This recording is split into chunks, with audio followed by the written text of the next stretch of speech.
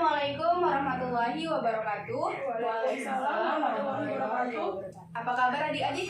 Alhamdulillah baik, Kak. Oke, sebelum kita memulai layanan ini ada baiknya kita berdoa. Berdoa dimulai. Berdoa selesai. Nah, jadi di sini kakak memperkenalkan diri kakak dulu ya. Karena ada pepatah bilang, tak kenal maka tak sayang maka tak cinta. Jadi di sini kakak memperkenalkan diri. Nama kakak Wihdatul Marhamah Abaqah Lubis, biasa dipanggil Wihda. Kakak dari mahasiswa Universitas Negeri Medan, biasa disebut itu Unimed. Kakak Stambuk 2020, jurusan Pendidikan Bimbingan dan Konseling, Fakultas Ilmu Pendidikan. Nah, jadi kakak udah memperkenalkan diri. Kakak jadi pengen tahu nih nama kalian. Jadi kakak mau tahu dong nama adik-adik dari adik ini. Silakan. Saya Ulfa, saat ini saya sedang menduduki bangku kelas 3 SMA. Kebetulan saya jurusan IPA. Oke, adik. Saya Dina Makroza dari SMA 11 12 IPA 5. Nama saya Nabila Aryataningrum dari kelas 12 IPA 2 jurusan IPA. Oke. Oh, jadi satu sekolah ini? Iya, SMA 11. Oh, berarti IPA semua nih kan? Iya, beda kelas aja. Nah, jadi pasti kalian nanya nih kan, tujuan kakak apa sih ngumpulin kami di sini gitu kan. Nah, jadi tujuan kakak ini mau membuat layanan video tentang salah satu cara meminimalisir rasa bosan, jenuh, tertekan, stres. Stresnya itu stres berkepanjangan belajar dari rumah. Nah, yang kedua itu tujuan kakak datang ke sini untuk melengkapi tugas mata kuliah kakak, yaitu konseling traumatik dengan dosen pengampu Bunda Rahmulyani. Nah, jadi kakak mau nanya nih sama adik-adik, ini sistem belajar di SMA 11 ini daring atau tetap muka? Daring. Udah berapa lama sih daringnya? Sejak 2020. Oke. Jadi apa sih? Nah, di sini kakak mau nanya nih. Jadi bolehlah kita cerita-cerita sharing-sharing sedikit. Apa sih yang kalian rasakan selama belajar dari rumah ini? Ada yang mau berpendapat? Ada yang mau cerita? Kalau saya sih ya Kak, kebetulan saya kan tinggal di kampung, bisa dibilang kan, kampung kolam. Kita tahu ya kalau kita tinggal di kampung kan jaringan di kampung tuh gimana gitu kan, sulit untuk dapat jaringan. Kemudian juga terhambat di internet sih. Pengeluaran mungkin lebih banyak karena boros di paket data, terus juga orang tua pasti marah lah karena anak-anaknya tuh lebih sering natap layar digital dibandingkan kadang sampai lalai dengan kerjaan rumah. Padahal yang kami tatap itu kadang saya pribadi nggak ngerti gitu kayak mana cara ngerjain, cuman berusaha untuk natap tapi nggak paham gitu kayak mana cara ngerjain. Makanya lebih banyak memakan waktu buat zoom ini sih daripada mungkin tatap muka gitu. Oke, adik, bagaimana perasaannya? Sama sih Kak, seperti lupa orang tua marah gitu karena terus kuotanya belinya 1 minggu bisa lebih dari 2 kali. Adik? Ya sama boros di kuota. Terus juga kan kalau misalnya terkendala jaringan, nggak cuma terkendala di paket data sama jaringan, beberapa siswa juga termasuk saya kesulitan untuk memahami materi-materi yang diberikan karena kan cuma bermodalkan dengan slide PPT juga atau cuma tugas-tugas rutin yang diberikan melalui WA group ataupun GCR seperti itu. Jadi siswa-siswa itu mungkin kesulitan untuk memahami materi yang diberikan oleh guru gitu. Oke. Nah, setelah kakak tahu nih kan keluh kesah adik-adik, jadi kakak mau nanya nih, apa sih dampak atau akibat yang adik rasakan setelah belajar di rumah ini? Apa dampak di diri adik-adik? Kalau saya pribadi ya pasti prestasi menurun Kak, karena kita jadi mengacukan kayak kita kan makin nggak ngerti tuh sama materi-materi yang diberikan guru, jadi kayak udahlah nggak ngerti ngapain aku kerjakan. Kalau misalnya tatap muka kan lebih gampang gitu diskusi dengan teman, ini gimana ini gimana, jadi teman bisa saling ngasih pendapat, saling ngasih masukan, terus juga bisa terkerjakan sama-sama mungkin. Jadi kalau saya pribadi sih ya itu prestasi turun, juga materi-materi sulit untuk dimengerti karena pemberiannya kan melalui online, jadi penjelasan dari guru tuh kurang. Kalau masalah tugas, Insya Allah sih ya, walaupun deadline. makan teratur. Nah itulah, nggak Kurang sih Kak. terlambat. Jadi biasa kan kalau kita makan tuh 1 hari 3 kali. Jadi kalian atau berkurang gitu, 1 hari 1 kali makan gara-gara semenjak daring ini. Enggak tentu sih, kalau saya pribadi ada yang 3 kali nggak teratur, tapi ada yang 2 kali itu. Tapi nggak tahu sih kalau Yang lain gimana? Terlambat di waktu gitu kan, biasanya makan siang jam 1 karena terhalang oleh tugas, jadi lebih diutamain tugasnya gitu, makanya Mama marah nggak? marah, suka marah sih gitu. Oke. Tapi untuk tugas selalu tetap dikerjakan kan, walaupun Iya. ada nggak kesulitan mengerjakan tugas? Ada lah Kak pastinya, karena ya tadi susah memahami materi, jadi Tapi kan ada Google. itu dia, kita cuma mau pas dari situ tapi kita nggak tahu itu maksudnya apa gitu. Mungkin itu ya dampak-dampak yang adik-adik rasakan. Nah, jadi di sini kakak punya solusi untuk adik-adik di dalam video ini, kita tontonnya sama-sama.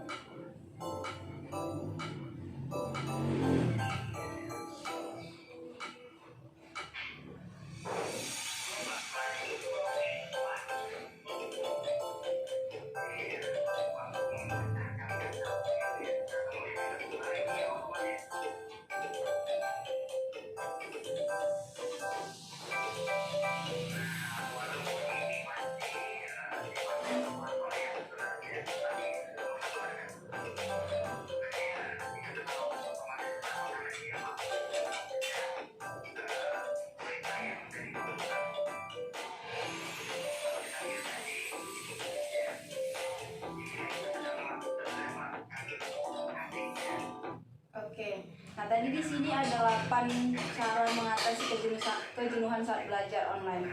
Nah, ulangi. Nah, yang pertama itu mainkan musik. Jadi solusi yang bisa kakak berikan ini mainkan musik.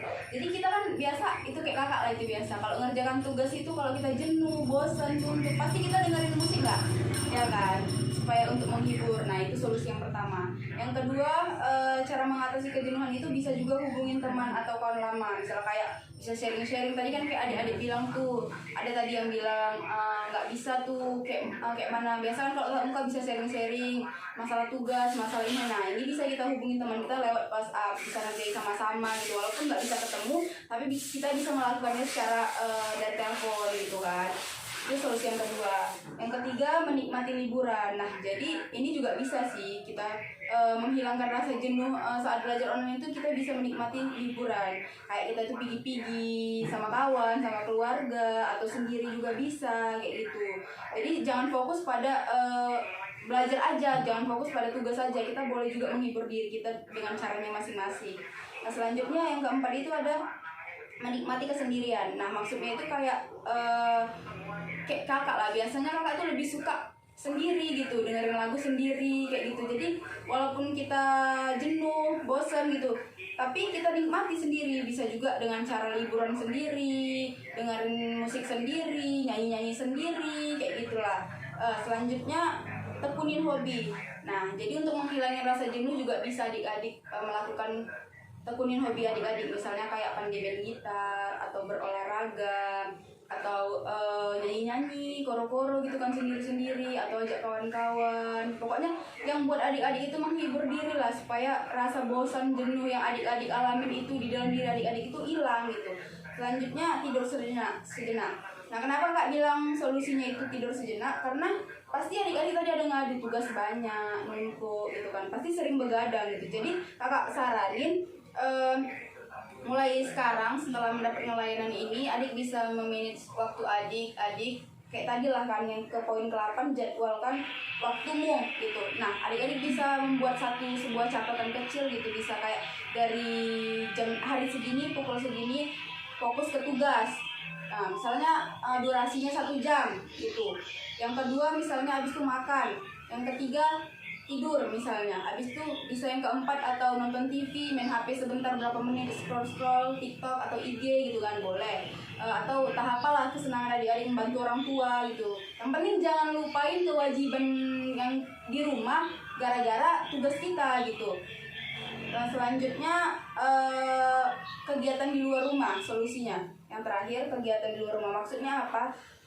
Biar ngilangin rasa suntuk, bosan, jenuh itu, kita kan itu di rumah aja gitu kan. Nah, lebih baik adik-adik melakukan kegiatan yang bermanfaat, kayak misalnya ikut organisasi, bisa juga komunitas gitu kan. Karena kan bukan, kalau di rumah itu kayak istilahnya kita tuh sikit sosialisasi kita kalau di rumah aja gitu kan. Jadi kalau adik-adik ikut organisasi, komunitas, mungkin lebih banyak solusi-solusi nantinya yang diberikan orang itu. Bisa juga nanti mungkin gara-gara adik ikut organisasi, tugas-tugas adik-adik ini dibantu sama mereka gitu, bisa meringanin gitu kan. Nah, mungkin itu saja. Jadi setelah kakak memberikan solusi cara mengatasi kejenuhan saat belajar online ini, alternatif mana sih yang adik-adik pilih dari ke-8 ini? Kalau saya pribadi mungkin saya bakal pilih yang menekuni hobi sama mengatur jadwal. Oke. Karena kan dengan hobi kita kan tahu ya, hobi itu hal yang kita senangi gitu. Jadi udah lebih hebat aja sih sama hobi. Terus atur jadwal biar waktu itu lebih teratur. Itu saja. Iya. Adik, alternatif mana? Kalau saya bertemu teman sama menekuni hobi, karena kan kalau kita bertemu teman kita bisa sharing-sharing atau materi yang nggak kita ngerti, dia ngerti, bisa saling ngasih tahu. Kalau adik? Kalau saya pribadi, saya dengerin musik, Itu saja. iya, sama menelpon teman. Nah, semoga alternatif yang tadi yang adik pilih dari kakak berikan tadi bisa adik lakukan, bukan cuma hanya adik bilang di sini, tapi harus dilakukan, Dek. Karena kan biar kita bisa mengontrol diri kita itu biar nggak bosan. Karena kalau bukan kita siapa lagi gitu kan.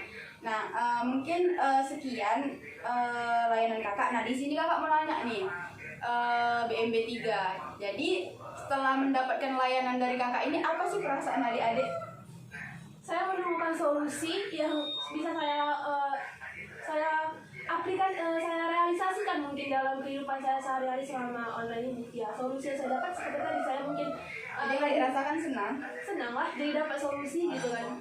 Jadi terbuka gitu pikirannya, gimana sih cara saya mengatasi kejenuhan yang selama ini saya alami seperti itu. Nah, setelah adik merasakan senang nih dapat layanan hari ini gitu kan. Nah, apa sih tindakan adik-adik setelah dapat layanan ini?